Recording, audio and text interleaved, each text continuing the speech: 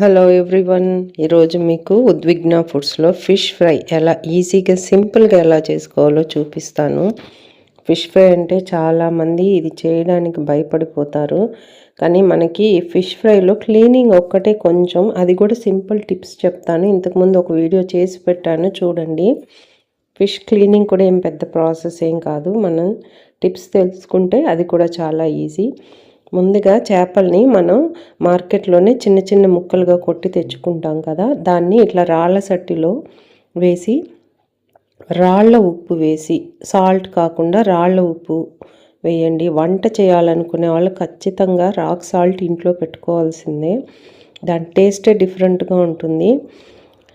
మొత్తం సింక్ అంతా క్లీన్ చేసేసుకొని సింక్లో ఏ గిన్నెలు లేకుండా చూసుకోండి. ఎందుకంటే చేపలు కడిగిన తర్వాత చాలా స్మెల్ వస్తుంది. అందుకనేసి కొంచెం ఓపిక చేసుకోవాలి. ఫస్ట్ ఒకసారి కడిగేసుకోవాలి ఉప్పుతో, మళ్ళీ ఇంకోసారి కూడా కడిగేసుకొని ఒక 2 నిమ్మకాయలు ఖచ్చితంగా ఉండాలి. చేపలు తెచ్చుకునేటప్పుడు ఇంకో చేతితో పాటు నిమ్మకాయలు కూడా తెచ్చుకోండి. నిమ్మకాయని ఇట్లా ఒక నిమ్మకాయ, నేను 1 కిలో చేపలకి 1 నిమ్మకాయ లేదా 2 నిమ్మకాయలు వాడతాను. ఎందుకంటే చేపలు నిమ్మకాయతో శుభ్రంగా క్లీన్ అయిపోతాయి. మీరు ఎంత రాళ్ళ ఉప్పు వేసి కడిగినా, కొంతమంది రాగి పిండి కూడా వేస్తారు చేపలు కడగటానికి, ఆ జిడ్డు పోవడానికి. ఇది కొరమీన్ చేపలు చూసారా, కడుగుతా అంటే కూడా చేపలు బ్రతికున్నట్టు లేసి లేసి పడతా ఉంటాయి. అంత స్లిప్పరీగా ఉంటుంది. కాబట్టి మీరు రాళ్ళ ఉప్పు ఖచ్చితంగా వాడాల్సిందే. వాడి ఇట్లా 2 సార్లు కడిగిన తర్వాత నిమ్మకాయ వేసి నీట్గా 2 సార్లు కడుక్కోండి. నేను ఒక హాఫ్ లెమన్ ఇంతకుముందు వాడాను, ఇప్పుడు ఒక హాఫ్ లెమన్ వాడుతా అన్నాను. నిమ్మకాయ వేసి కడిగితే స్మెల్లే ఉండదు అసలు, నాది గ్యారంటీ. ఒకసారి ట్రై చేయండి. నిమ్మకాయ శుభ్రంగా వేసి కడిగారంటే చేపలు తెల్లగా వచ్చేస్తాయి, స్మెల్ అస్సలు ఉండదు. మీరు కూరలోకి వాడుకోవచ్చు, ఫిష్ ఫ్రైలోకి వేసుకోవచ్చు. ఫిష్ స్మెల్ వస్తే అసలు తినలేము మళ్ళీ. కాబట్టి ఇది సింపుల్ టెక్నిక్. చూసారు నేను ఎంత సింపుల్గా కడిగేశాను. ముక్కలన్నీ ఒక బాండిల్లోకి తీసుకోండి, లేదా ఒక ప్లేట్లోకి తీసుకోండి. 1 స్పూన్ అల్లం వెల్లుల్లి పేస్టు, 1 స్పూన్ పసుపు, 2 స్పూన్లు కారం వేసుకోండి, లేదా 3 స్పూన్లు మీ కారానికి తగ్గట్టు. మేము తక్కువే తింటాను కాబట్టి కారం తక్కువే వేసుకున్నాము. ఉట్టి కారం ఉంటే ధనియాల పొడి కూడా యాడ్ చేసుకోండి. కొంతమంది ధనియాల పొడి కారం కూడా పట్టించేసుకుంటారు ఒకేసారి కలిపి. అట్లా కాకుండా సపరేట్ కంటే 2 స్పూన్లు కారం, 1.5 స్పూన్ ధనియాల పొడి వేసేసుకోండి. ఇంతకుముందే తర్వాత గరం మసాలా బయట దొరుకుతుంది, ఏ గరం మసాలా అయినా ఒక హాఫ్ స్పూన్ వేసుకోండి. సాల్ట్ మీ టేస్ట్కి తగ్గట్టు వేసుకోండి. ఇందులో రాళ్ళు ఉప్పు వేస్తే కరగదు కాబట్టి సాల్ట్ ఖచ్చితంగా, కొన్నిటికి ఖచ్చితంగా సాల్టే వేయాలి. ఎందుకంటే అది మిక్స్ అవ్వదు, కరగదు కాబట్టి. సాల్ట్ వేసిన తర్వాత కొంతమంది నిమ్మకాయ వేస్తారు, నిమ్మకాయ వేస్తే చేదొస్తుంది. సో వీటన్నిటిని బైండ్ చేయాలి కాబట్టి కొంచెం శనగపిండి కొంచెం క్రిస్పీగా కావాలి అని అనుకుంటే కొంతమంది కార్న్ఫ్లోర్ యూజ్ చేస్తారు, లేదు అంటే బియ్యం పిండి కూడా ఒక హాఫ్ స్పూన్ వేసుకోవచ్చు. ఈ రెండిట్లో ఏదైనా వేసుకునేసి ఇట్లా ముక్కలకి మొత్తం పట్టేటట్టు ఒకసారి కలిపేసుకోవాలి. కలిపేటప్పుడు జాగ్రత్త, చేపలకున్న ముళ్ళు చేతికి గుచ్చుకుంటాయి.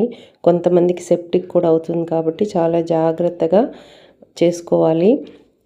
ఇదిగోండి నేను ఒక హాఫ్ కేజీలో ఇవి మాత్రం ఫిష్ ఫ్రైకి పెట్టుకున్నాను. తోకలు తలలు వచ్చి పులుసు పెట్టుకుంటా అన్నాను, మధ్య పార్ట్ వచ్చి మాత్రం ఫ్రైకి పెడతా అన్నాను. ఎందుకంటే మా ఇంట్లో ఎవ్వరు చేపల కూర తినరు, నేను మాత్రమే తింటాను.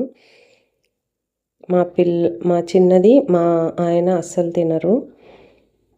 దీన్ని కొద్దిసేపు డీప్లో పెట్టేసేయాలి. ఇవన్నీ వేసిన తర్వాత ఒక 1 అవర్ నుంచి 1.5 అవర్ డీప్లో పెట్టిన తర్వాత మళ్ళీ మనం మధ్యాహ్నం భోజనానికి కూర్చునే ముందు తీసి ఇలా ఆయిల్ పోసుకొని ఫ్రై చేసుకోవాలి.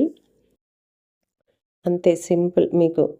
మీరు ముక్క ఇట్లా లేపినప్పుడు ఆయిల్లో ఫ్రై అయిందా లేదా అని సింపుల్ టెక్నిక్. ఇట్లా లేపినప్పుడు ఈజీగా వచ్చేస్తే ఫ్రై అయినట్టు. లేదా బాండెల్కి అతుక్కుపోయి, నాకు చూసారు తెల్లగా అతుక్కుపోయింది, నేను బలవంతంగా అది ఫ్రై అయిపోయింటే మనం ఇలా లేపంగానే వచ్చేస్తుంది. రాలేదు అంటే అది ఇంకా ఫ్రై అవ్వలేదు అని అర్థము. ఫిష్ ఫ్రై చేసేటప్పుడు ఎప్పుడు కానీ స్టవ్ హైలో పెట్టకూడదు, మీడియంలో పెట్టుకోవాలి.